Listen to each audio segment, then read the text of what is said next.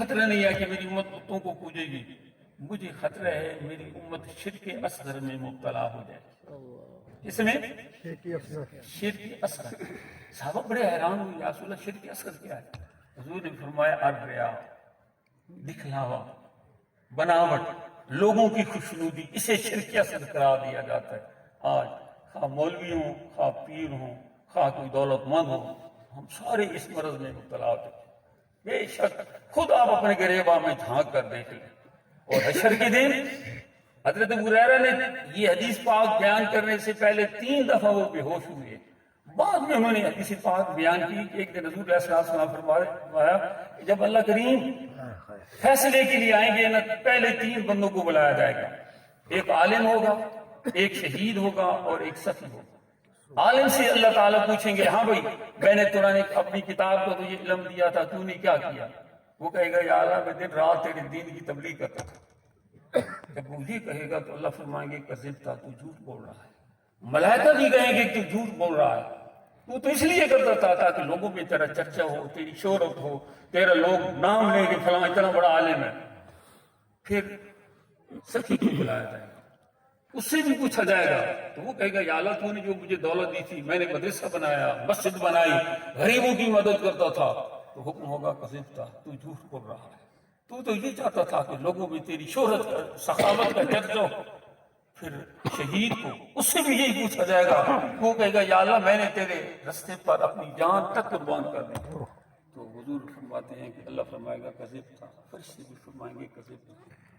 ابو ہریرہ فرماتے ہیں کہ حضور نے میری ران پر اپنا ہاتھ مارا اور فرمایا ابو ہریرہ یہ 3 بندے، ایک عالم، ایک سخی، ایک شہید، اور یہ بہت بڑی عمل ہے، ان سے اللہ کریم جہنم کی آگ سلگائے گا۔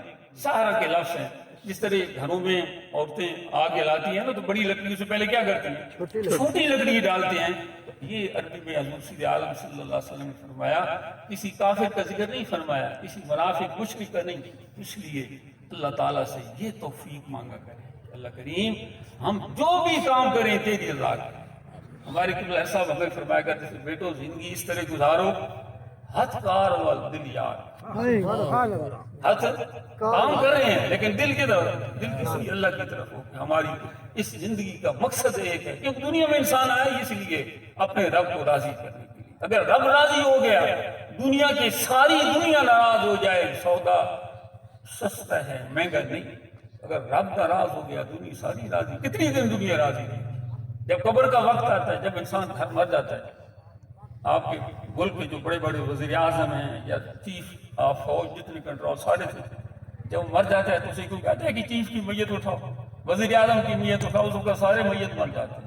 باپ کا لیول بھی ختم ہو جاتا ہے، بھائی کا لیول، میت بھائی ابھی نہیں اٹھائی، میت آ رہی ہے، اسی طرح نہیں ہوتی، چاہے کتنا بڑا عہدہ ہو، لیکن جب زندگی یہ ختم ہوتی ہے تو اس وقت کیا نام آ جاتا ہے؟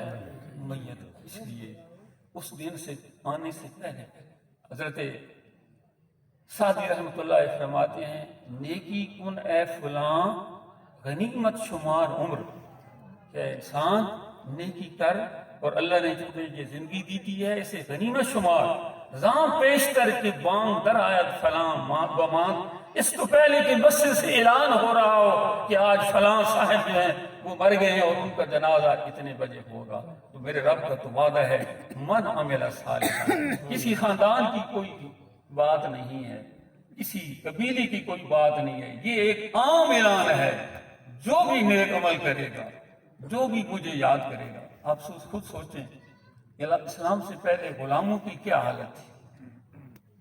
ایک واقعہ ہے کہ ایک غلام نے دھوپ سے اپنے آقا کے جوتے اٹھا کر چھاؤں پہ رکھ دیے، تو اس آقا نے اسے اتنا مارا کہ تو نے میری اجازت کے بغیر میری جوتوں کو ہاتھ کیوں لگایا۔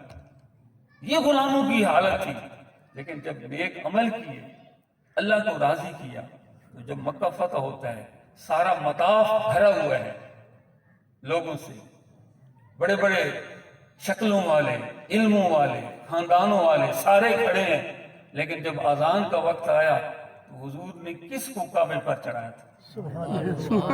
کون کعبے پر چڑھا ہے؟ کالا رنگ ہے، ناک چپکی ہوئی ہے، کوئی اتنا چہرہ بھی حسین نہیں ہے، اللہ کی بارگاہ میں یہ رنگ نسل کوئی نہیں ہے۔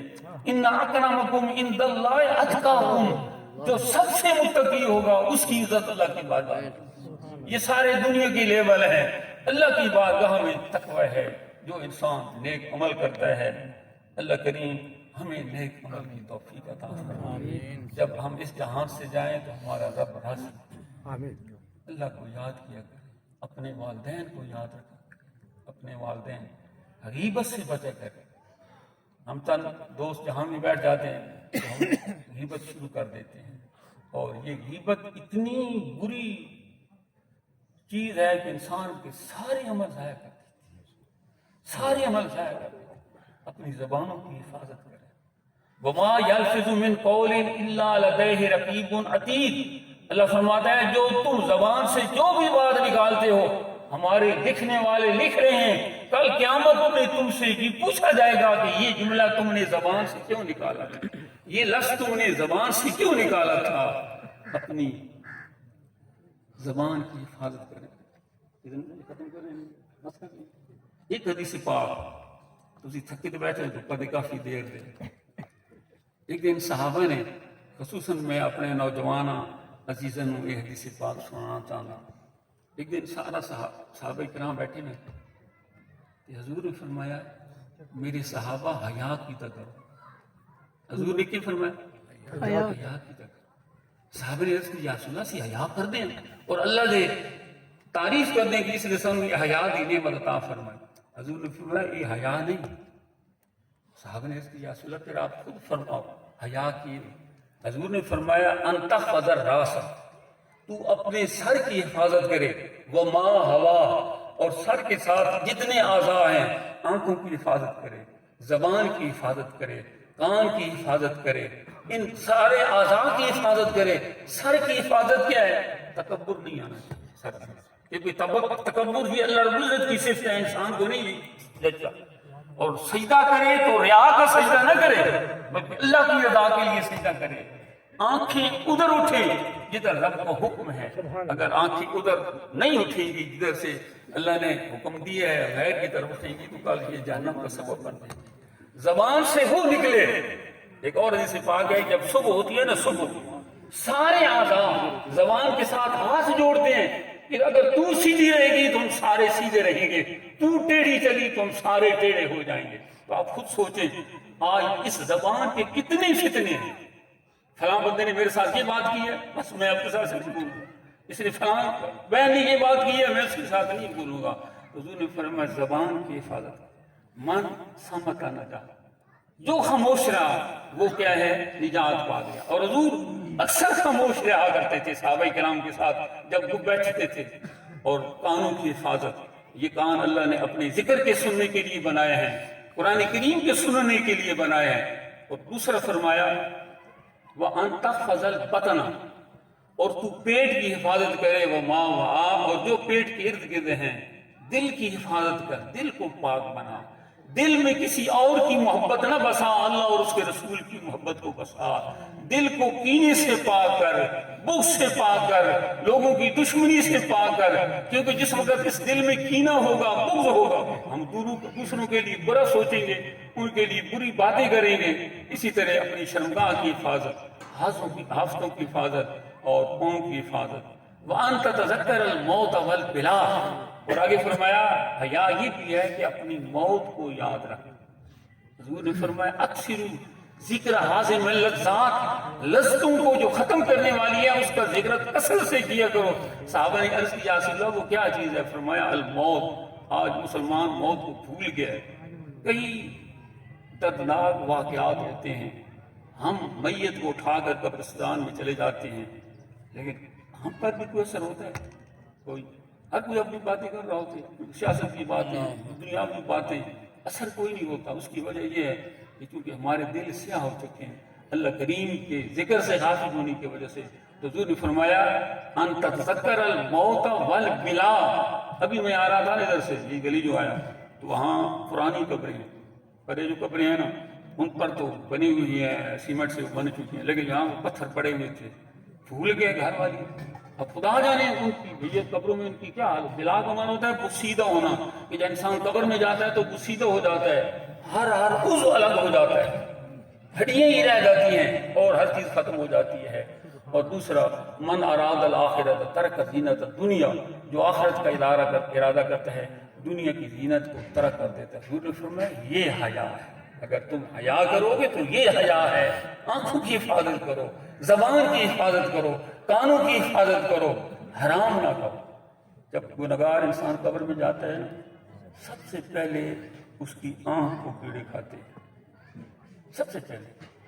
پچھلے دنوں میرے پاس ایک موبائل تھا, تو اسی طرح میں کلاس میں بیٹھا اس طرح کر رہا تھا, تو ایک بندہ نظر آ گیا اور اس کی آنکھ سے نا یہاں سے کیڑے نکل رہے تھے. جس طرح روئی نہیں ہوتی, روئی اس طرح کیڑے نکل رہے تھے. دانت اس کے تھوڑے تھے. کوئی پان کھانے والا بندہ تھا جو محسوس ایسا تھا, وہ زندہ تھا, بیمار تھا, لیکن اس کی آنکھ میں اس طرح چھوٹی چھوٹی کیڑے, جس طرح روئی ہوتی ہے نا اس طرح بالکل سفید کیڑے. تو اسی طریقے سے جب انسان قبر میں جاتا ہے تو پہلے جو آنکھ اللہ کی نافرمان آنکھ ہوتی ہے اسے کیڑے کھاتے ہیں, پھر زبان کو کھاتے ہیں, کیونکہ زبان بھی بہت بڑا فتنہ ہے, اور اس کے بعد وہ پیٹ جس میں ہم حرام اور حلال ڈالتے رہتے ہیں تو اسے بھی کیڑے کھاتے ہیں. اس لیے میرے بھائیوں یہی باتیں ہیں, نئی کوئی باتیں نہیں ہیں. اپنی زندگی کو سنوارو, اپنی قبر کو یاد رکھو. بچے بھی بھول جائیں گے, اب ان کے بھی تو بچے ہوں گے نا, یہ ادھر قبرستان ہے, اسی شہر کی یہ لوگ ہیں, باہر تو آگے تو دفع نہیں ہوئے, لیکن آج ان کے قبروں کو کوئی پتھر ادھر پڑا ہے, کوئی پتھر پڑا ہے, ان پر کوئی فاتحہ پڑھنے والا بھی نہیں ہے, کیونکہ کسی کو یاد ہی کوئی نہیں ہے. کل ہمارا بھی یہی حشر ہوگا. اب جو ہماری نسلیں یورپ میں پورا زور لگا دیا ہے کہ اسلامی ممالک کی جو آنے والی نسلوں ہیں ان کے ذہن برباد کر دیا, یہ میڈیا, یہ سوشل میڈیا, سارا یہ بالکل مسلمانوں کو اسلام سے دور کرتا جا رہا ہے. اور پھر ماشاءاللہ بڑے بڑے اور بدبخت بھی درمیان میں آ گئے جو ایسی باتیں کرتے ہیں کہ اللہ تعالیٰ ہمیں ان سے محفوظ رکھے. اپنی زندگی کا مقصد سمجھو کہ ہم کس لیے آئے, کیا صرف روپیہ پیسہ کمانے کے لیے آئے یا اپنے رب کو راضی کرنے کے لیے آئے. اللہ تعالیٰ مجھے بھی عمل کی توفیق عطا فرمائے, آپ کو بھی عمل کی توفیق عطا فرمائے. ہمارے جس بھائی نے ہمیں آج جمع کیا, اللہ کے کچھ فرشتے ہیں جن کا کام ہے دنیا میں مجلس ذکر کو تلاش کرنا. جہاں جب انہیں مجلس ذکر مل جاتی ہے تو وہاں وہ عرش تک پھیل جاتے ہیں, اور اللہ کی بارگاہ میں جب جاتے ہیں تو اللہ پوچھتا ہے میرے بندے کیا کر رہے تھے, وہ ساری باتیں بتاتے ہیں. تو اللہ فرماتا ہے مانگتے کیا تھے, جنت, میں نے جنت عطا فرما دی. پناہ کس سے مانگتے تھے, دوزخ سے. اگلی بات جو میں آپ کو بتانا چاہتا ہوں اسے یاد رکھیں. فرشتے عرض کرتے ہیں یا اللہ کچھ ایسے بندے تھے جو ویسے گزرے تھے, آگے ان کا کیا ہے؟ فرمایا انہیں بھی معاف کر دیا. ہم قوم لا یشقا جلیس, میرے بندے وہ ہیں جو ان کے پاس آتا ہے وہ کبھی بدبخت نہیں. اسی سے مولوی اشرف علی تھانوی نے ایک بات لکھی ہے کہ یہ تقی عثمانی صاحب جو ہے نا, ان کے والد کا تھا نام شفیع عثمانی, یہ مرید تھے اشرف علی تھانوی کے. تو ایک دن اپنے پیر کے ساتھ شاگرد بھی تھے اور مرید بھی تھے, بیٹھے ہوئے تھے, تو کہنے لگے جناب اپنے پیر کو یہ شاعر بڑا غلو کر لیتے ہیں. انہوں نے پوچھا کیا غلو کیا؟ دیکھیں نا مولانا روم کتنے بڑے عالم ہیں, لیکن انہوں نے کہا کہ یک زمانہ صحبت با اولیاء بہتر سال عطاتے بیریا. اس کا معنی یہ ہے کہ کسی اللہ کے ولی کے پاس ایک لحظہ بیٹھنا 100 سال بے ریاض عبادت سے افضل ہے. یہ مولانا شفیع صاحب نے اشرف علی تھانوی صاحب کو کہا. اشرف علی تھانوی صاحب نے کہا شفیع یہ اگر مجھ سے پوچھے تو شعر اس طرح ہونا چاہیے تھا, یک زمانہ صحبت با اولیاء بہتر از لک سال عطاتے. یہ تقی عثمانی صاحب نے اپنی کتاب, ان کے خطبات ہیں 12-13 جلدیں ہیں, ان میں انہوں نے لکھا ہے. یہ واقعہ مولانا ذوالفقار احمد صاحب جو بندی ہیں ان کے خطبات ہیں, ان میں انہوں نے یہ واقعہ نقل کیا ہے کہ حضرت اشرف علی تھانوی صاحب نے فرمایا یہ آپ جو کہہ رہے ہیں نا کہ 100 سال سے 100 سال سے افضل ہے, اگر مجھ سے پوچھیں بہتر از لک سال عطاتے میرے, کہ اگر اللہ کے ہو اللہ کا بندہ, یہ شرط ہے. آج تو بہت سارے بے روپی آ گئے ہیں اور سنی کوئی فرق ہی نہیں کرتے.